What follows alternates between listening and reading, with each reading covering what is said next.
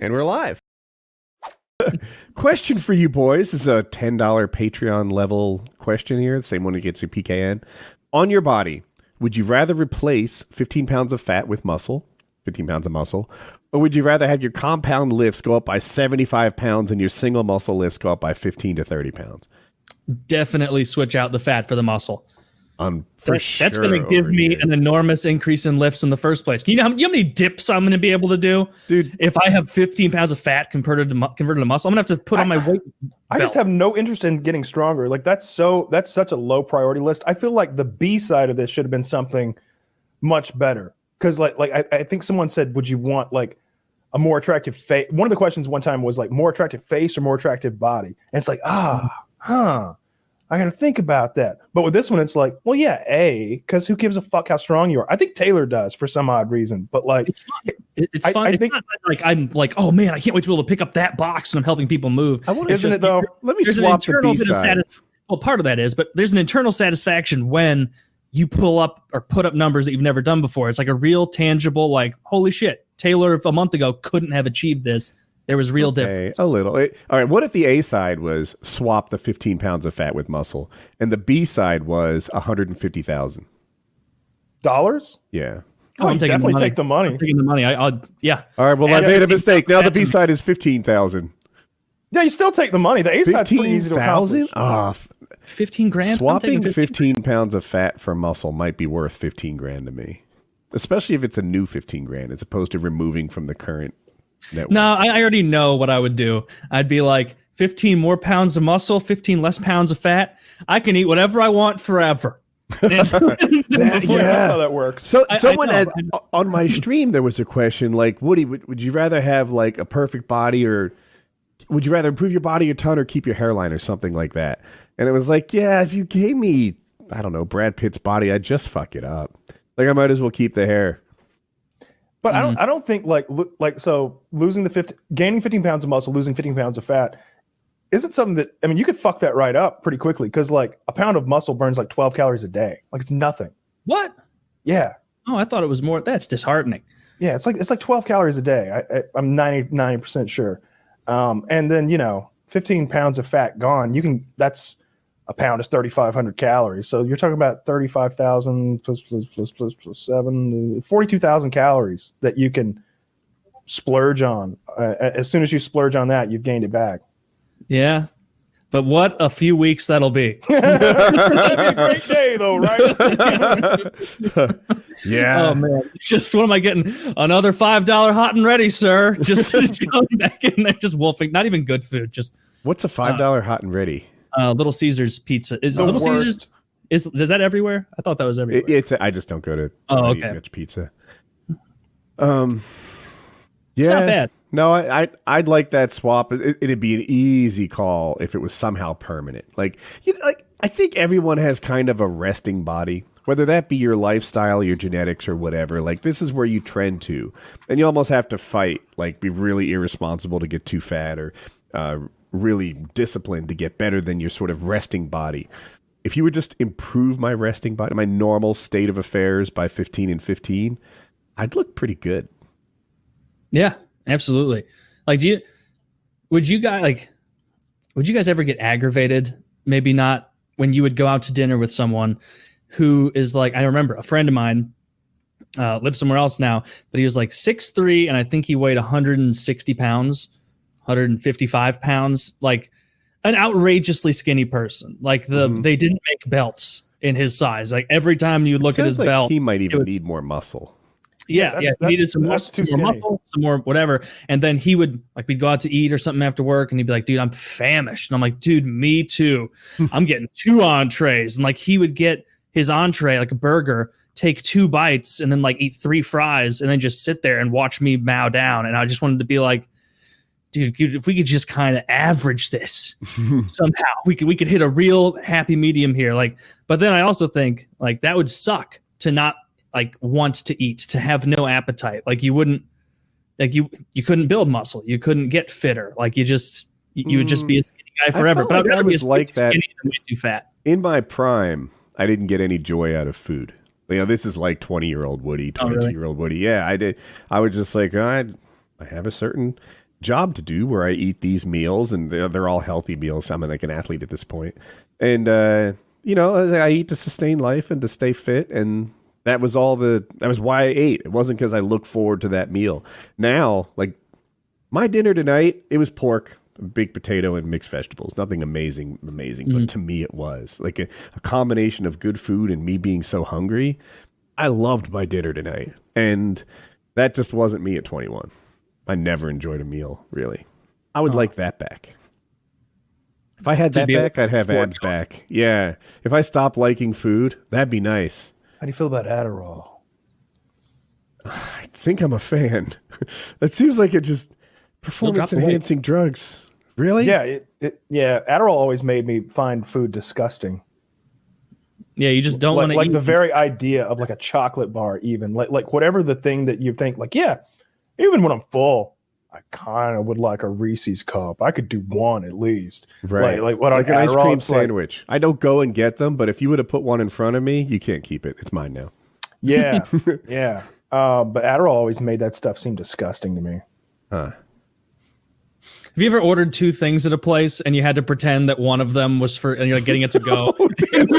Like, I'm picking up food for someone else. I do have someone in my universe that would, like, he's married, and he would stop and have McDonald's on the way home to dinner. And I'd rather probably have the dinner at home than a McDonald's. That's some drug addict behavior right there. That's the guy who has a bad relationship with food. The thing that Taylor was talking about, there's a Key and Peele skit that's just like that. Have you ever seen it? No. The guy is calling a pizza place, and he's huge. He's calling a pizza place, and he's like, yeah, I want to order 9 pies, having a big party. He's all by himself. He's like, having a big party. So, Michelle, what did you say you wanted? Yeah, she wants extra cheese only. And he's like taking orders from imaginary people around him. And the other guy's taking the order. He's like, tell me more about Michelle. What's she look like? He's like, I would like to meet her. He's like, Michelle?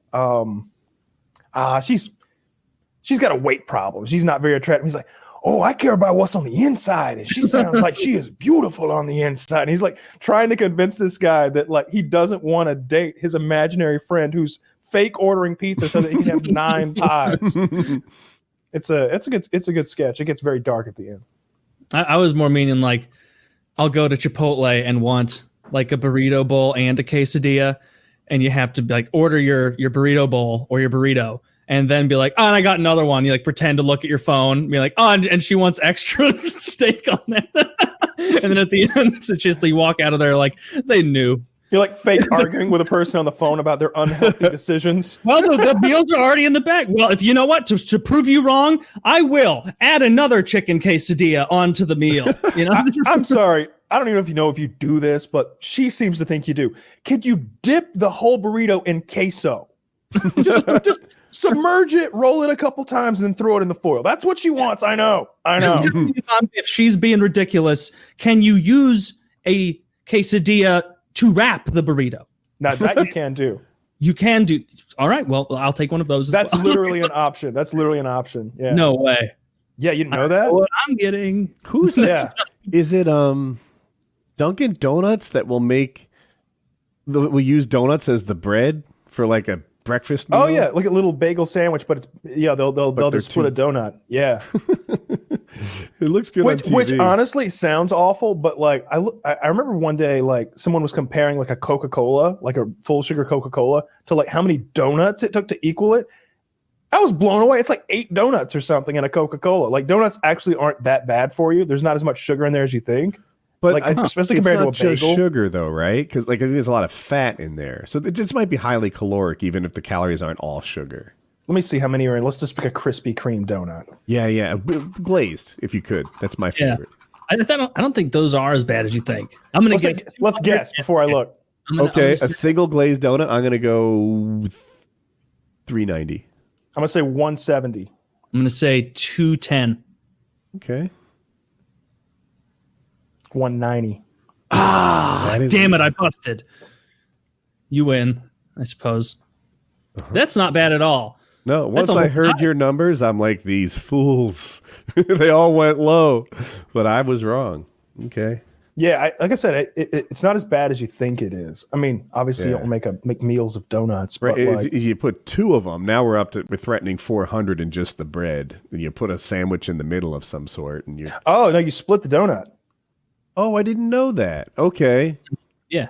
Oh, I thought it was a donut on top and bottom. Well, I don't think I'm getting what I paid for. I pulled a Woody the other day. I was watching Woody. I hear that all the time.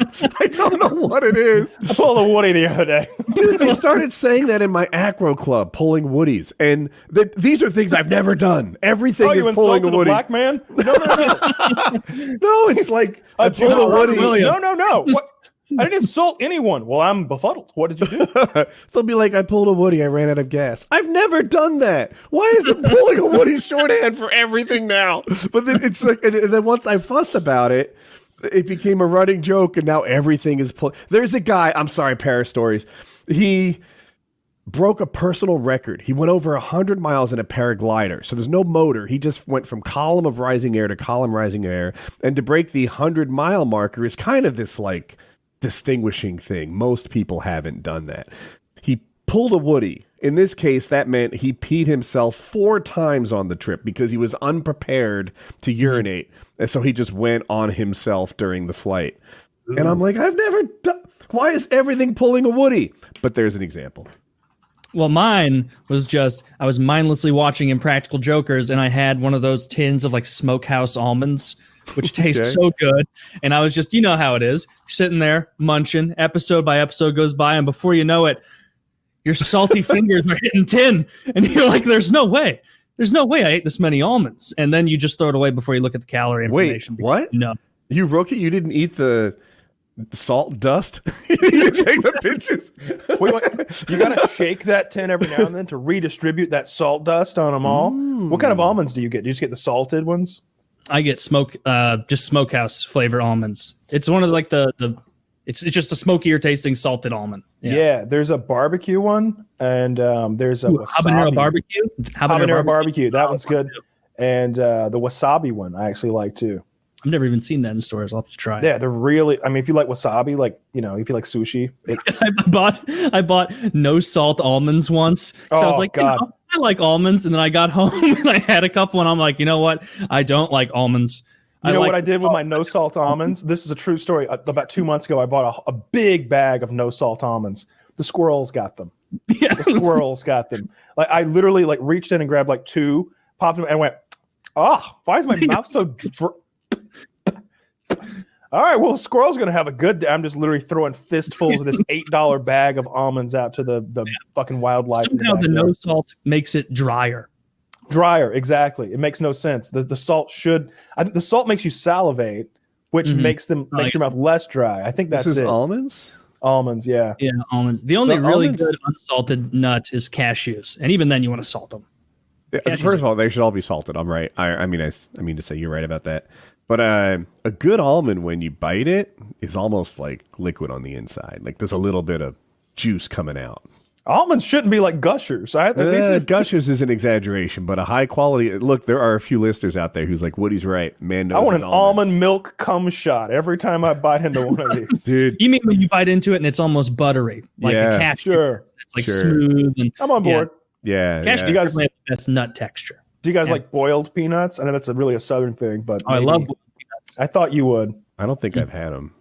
Yeah, they have them a lot at gas stations and stuff like that. They take the whole peanut shell and all, and they boil them in like a saltwater brine. And sometimes they'll put like Cajun seasoning and stuff in there too. And then it's like this big, gigantic vessel of boiling peanuts, and then they sort of ladle them into like a styrofoam cup at gas stations. And they're like super soft. They're like, there's no more crunch to your peanut, but you peel open the shell and it's like eating peas.